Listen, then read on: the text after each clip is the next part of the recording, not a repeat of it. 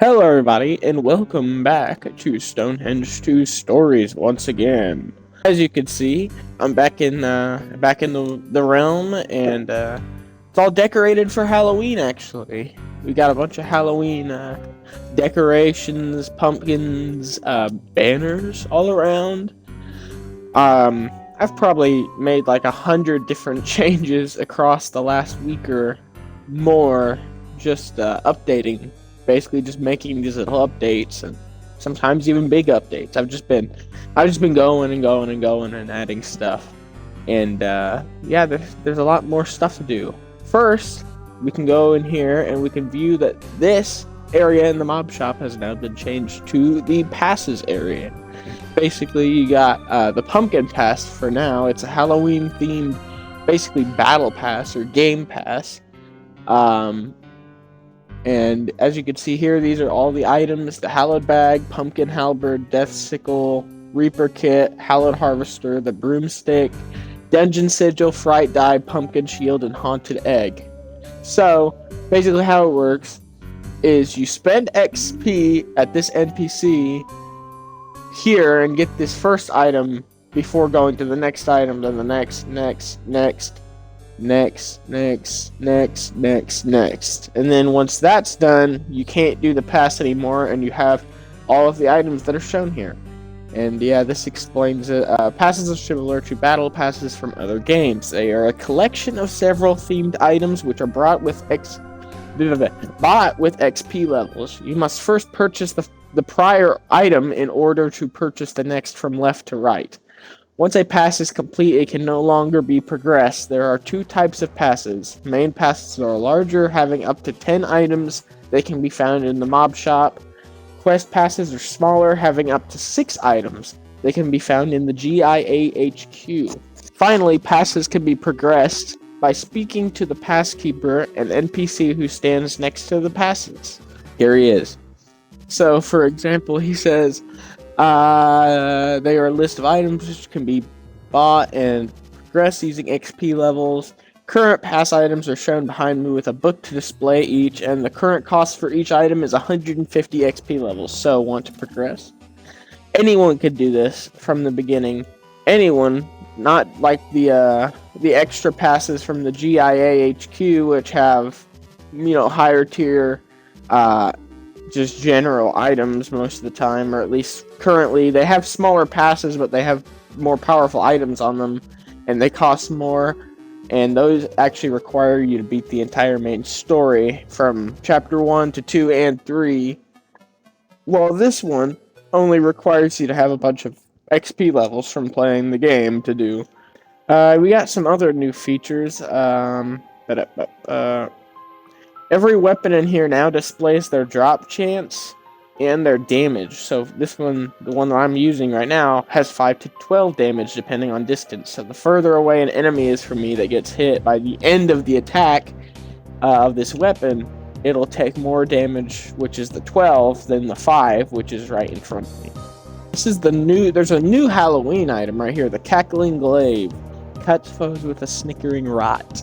Randomly summons exploding pumpkins. This scythe is said to hold 999 souls. Will you be the 1000th? It has a 1 out of 15 chance to be given when identifying a weapon during Halloween. And it has 13 damage because, 13's kind of like the kind of spooky. Not supposed to be evil, just Halloween, spooky. And it does 7 damage for basically it summons these pumpkins and they chase enemies and explode. They do 7 damage each, so together it matches up to 20, which is perfect. 20 damage in total. And they do 7 damage because 7's also kind of a special number. It's the lucky number. I have not added the horseman to this because, I don't really add the horseman. Any event bosses in general. I didn't add Darth Vader to the library, so I'm not going to do it with the horseman. The Headless Horseman, who, if I haven't already said it, is the new Bounty Boss for this event for Halloween.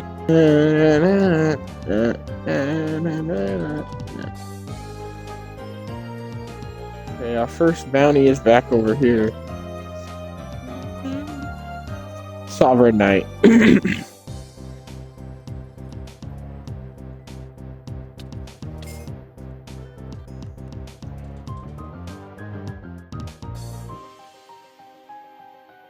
Stubborn again. I'll show you something.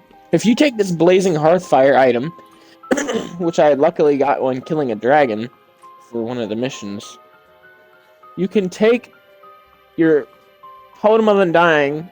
If you have a bundle, this takes 3 items, the totem, fire, and the bundle, and you put it in the bundle, it does 200 damage to any nearby enemies, minus, resistance. And you can do this over and over again, and it just kills everything. Wait a minute. Oh, wait a minute. The horseman is here, though. Hello, I found him. It's the horseman. Basically, he is leeching health from me like a lich, and he shoots pumpkins at me. Yeah, there he is. That's the new boss. He's pretty decently strong unless you have a fire item to use on him. Oh look, he's naked. He's naked. And now we can do this. He's dead. And his horse now dies.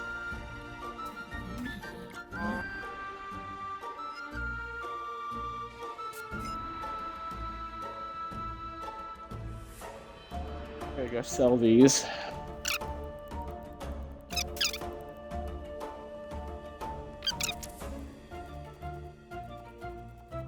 Plus 2,000. 142,000. Ibis, I'm saying first.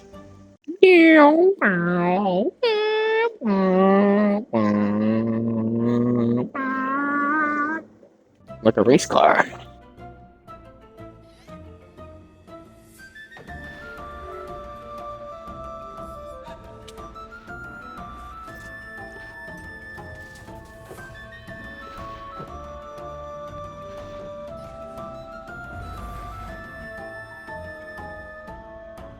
Here we go. I got the inferior eye shot.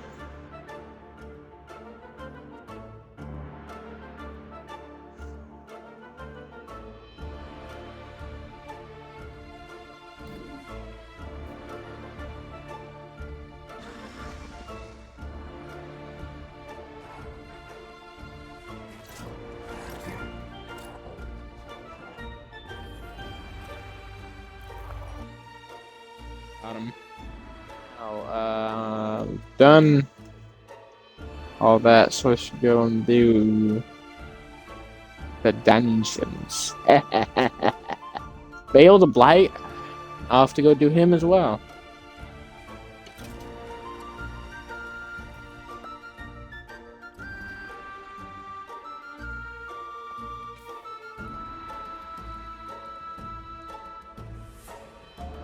And there we go. Whole dungeon just cleared like that.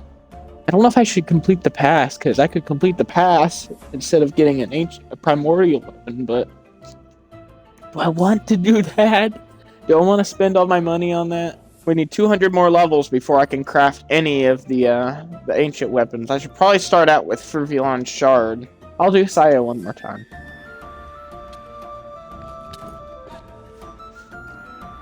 Ah.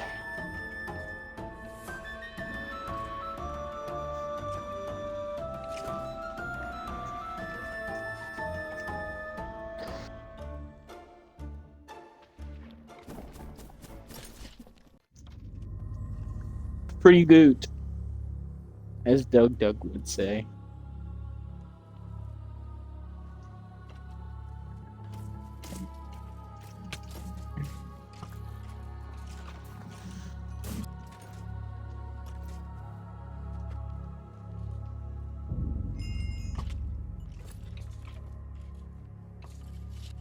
Can't see anything half the time.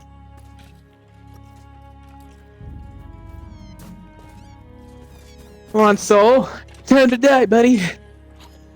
Can't say anything.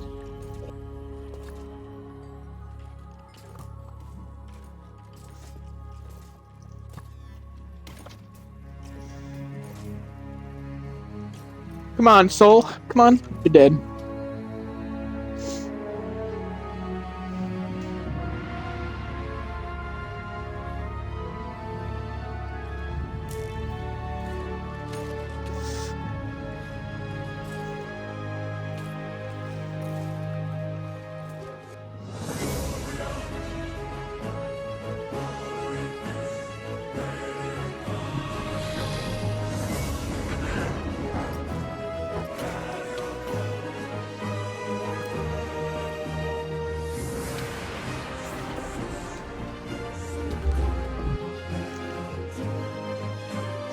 Immortal Stone.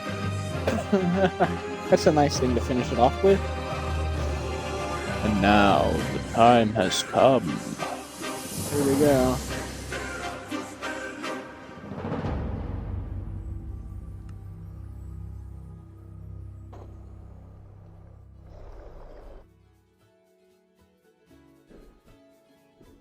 And I've done it. I have Fivulon Shard, crouch to form a crystal sentry, which eventually explodes and confuses foes. As you can see, this is what it does.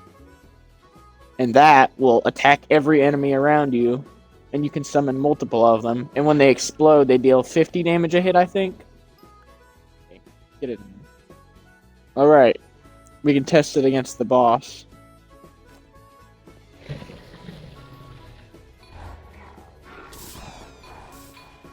As you can see, I can just leave it, and it'll hit him.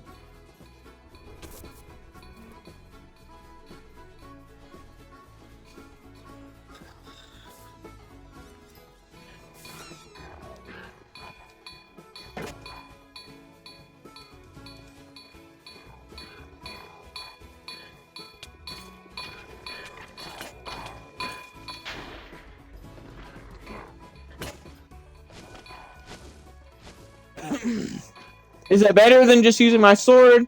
Maybe not. But you can see it does its job, and it does it well.